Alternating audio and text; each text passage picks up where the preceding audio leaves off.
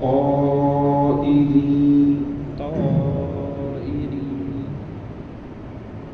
يطير بجناحيه إلا أمم أمثالكم ما فرطنا في الكتاب من شيء ثم إلى ربهم يحشرون والذين كذبوا بآياتنا صم وبكم في الظلمات من يشاء الله يضلل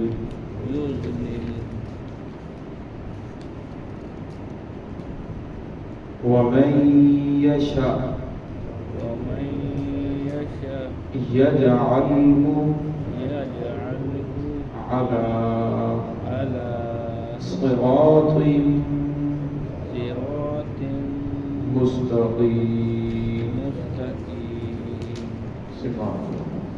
بسم الله الرحمن الرحيم وقالوا لولا نزل عليه آية من ربه قل إن الله قادر على أن ينزل آية ولكن أكثرهم لا يعلمون وما من دابة في الأرض ولا طائر يطير بجناحيه إلا أمم أمثالكم ما فرطنا في الكتاب من شيء ثم إلى ربهم يحشرون والذين كذبوا بآياتنا صم وبكم في الظلمات من يشاء الله يضلل ومن يشاء يجعله على صراط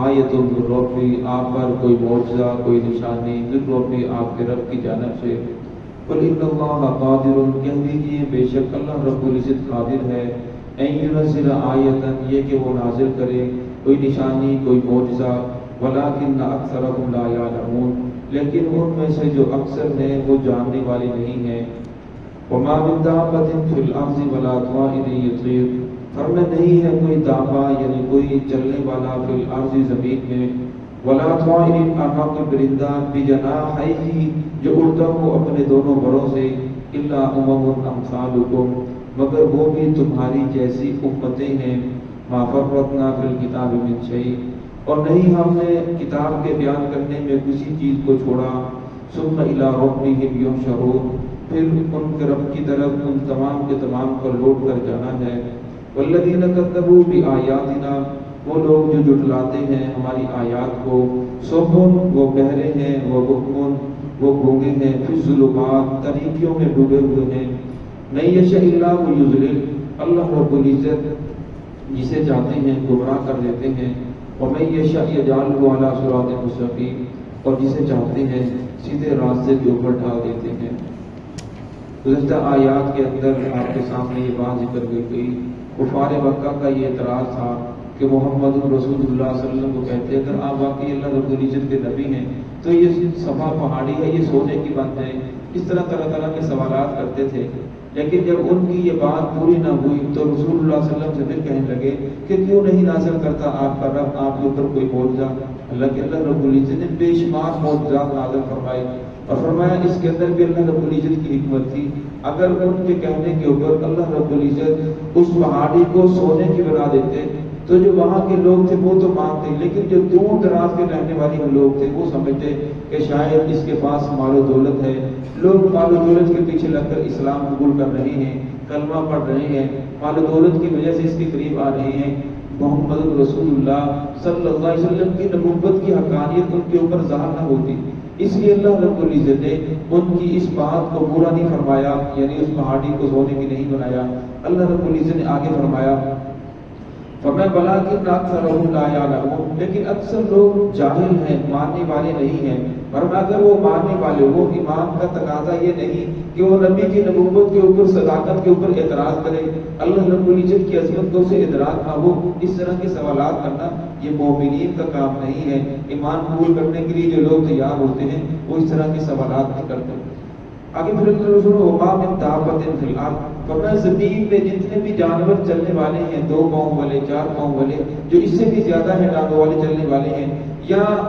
آسمان میں جو ہوا کے اندر جو پرندے اڑنے والے ہیں، فرمایا ان تمام کی تمام کو رزق کون دے رہا ہے، انہیں کون پال رہا ہے؟ انسان کے علاوہ 18,000 مخلوقات ہیں، فرمایا ان ساری کی ساری روزی کون دے رہا ہے؟ وہ صبح سے لے کر شام تک جس طرح انسان کے ساتھ ضروریات ہیں، پیٹ لگا ہے ان کے ساتھ بھی لگا ہوا ہے، جس طرح انسان اپنے بچوں کو جنم دیتا ہے، پرورش کرتا ہے، وہ بھی اپنے بچوں کی پرورش کرتے ہیں، فرمایا اس طرح وہ بھی ایک امت نہیں ہے تمہاری طرح، جس طرح تمہارے مرنے کا ایک وقت مقرر ہے ان کے مرنے کا بھی ایک وقت مقرر ہے۔ فرمایا اگر یہ لوگ سمجھنا چاہیں، اتنی مخلوقات ہیں، اتنی چیزیں ہیں، انہیں دیکھ کر یہ چیز سمجھ سکتے ہیں کہ کوئی ذات ہے جو سارے نظام کو چلا رہی ہے۔ یہ چھوٹی سی مسجد ہے جس کے اندر 4 ستون ہے، 4 دیواری ہے، پھر جا کر اس کی چھت کھڑی ہے، پھر بھی ہم سمجھتے ہیں کہ یہ مضبوط نہیں ہے۔ اور میں اللہ رب العزت نے اتنا بڑا آسمان قائم کیا جس کے نیچے کوئی ستون نہیں، کوئی دیوار نہیں، اس کو کس ذات نے روکا ہوا ہے۔ پر میں اگر یہ لوگ سمجھنا چاہیں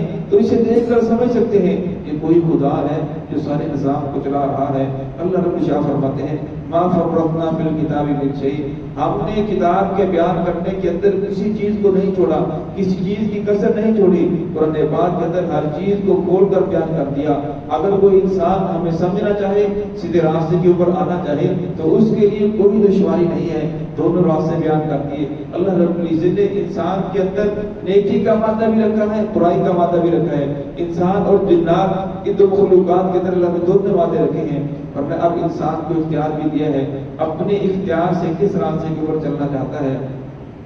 ثم إلى ربهم يحشرون، فرمایا پھر ان تمام کے تمام کا اپنے رب کی طرف لوٹ کر جانا ہے۔ پھر اللہ رب العزت ان کے درمیان فیصلہ فرمائیں گے۔ فرمایا اگر کسی سینگ والی بکری نے کسی بے سینگ والی بکری کو مارا ہوگا تو اس سے بھی قیامت والے بدلہ لیا جائے گا، لیکن جانور جتنے بھی ہوں گے ان کو ایک دوسرے کا بدلہ دلوا کر ان تمام کے تمام کو ختم کر دیا جائے گا، وہ مٹی ہو جائیں گے۔ اس وقت کافر کہیں گے، قرآن پاک کی آیت ہے 30واں پارہ، یا لیتنی کنت ترابا، کاش کہ آج ہم بھی مٹی ہو جاتے، ہمیں بھی ختم کر دیا جاتا۔ لیکن انسان کو اللہ رب العزت نے باقی رکھنا ہے، جنات کو باقی رکھنا ہے۔ یہ دنیا کی زندگی تو عارضی ہے، انسان کو اللہ رب عبد الباد ہمیشہ کے لیے پیدا فرمایا ہے، اور ہمیں آخرت کی زندگی ہمیشہ ہمیشہ کی زندگی ہے۔ دنیا کی زندگی اللہ رب العزت نے تیاری کے لیے بھیجا ہے،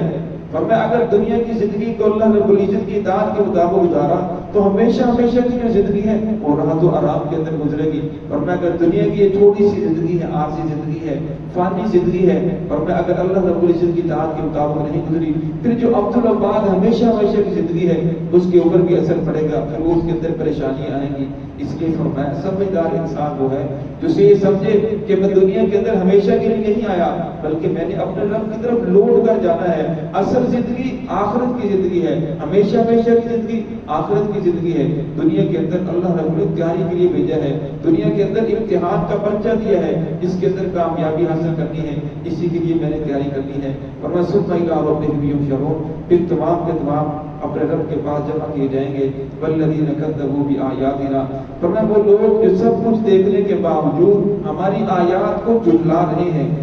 سکون فرمایا اصل کے اندر وہ بظاہر تو ہمیں نظر آتا ہے یہ کانوں سے سن رہے ہیں، لیکن فرمایا یہ لوگ بہرے ہیں، حق کی بات سننے کے لیے تیار نہیں ہیں۔ بکم فرمایا یہ گونگے ہیں، حق کی بات بولنے کے لیے تیار نہیں ہیں۔ پھر ظلمات بہت زیادہ اندھیروں کے اندر، طریقوں کے اندر یہ لوگ ڈوبے ہوئے ہیں، دل کے اوپر تاریکی چھائی ہوئی ہے۔ سب کچھ دیکھنے کے باوجود محمد رسول اللہ صلی اللہ علیہ وسلم کی ذات سامنے موجود ہے، قرآن پاک سامنے اتر رہا ہے، معجزات ہر چیز کو دیکھ رہے ہیں، پھر بھی اسلام قبول نہیں کر رہے، اور میں تاریکیوں کے اندر ڈوبے ہوئے ہیں۔ میں یہ شاء اللہ یضلل، اور میں اللہ رب العزت جسے چاہتا ہے گمراہ کرتا ہے، ومن یشاء یجعل وعلی صراط مستقیم، اور جسے چاہتا ہے ہدایت کے راستے کے اوپر ڈال دیتا ہے۔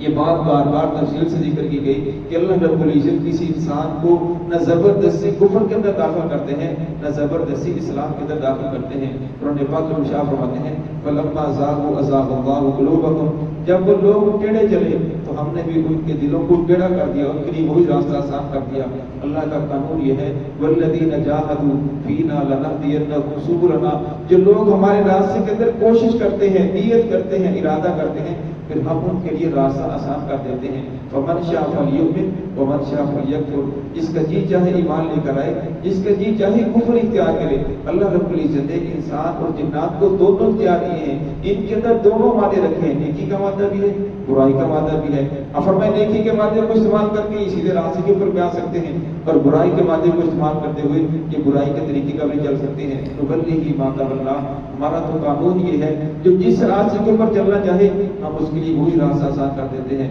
دعا ہے کہ اللہ رب العزت ہم سب کو صراط مستقیم پہ چلنے کی توفیق عطا فرمائے۔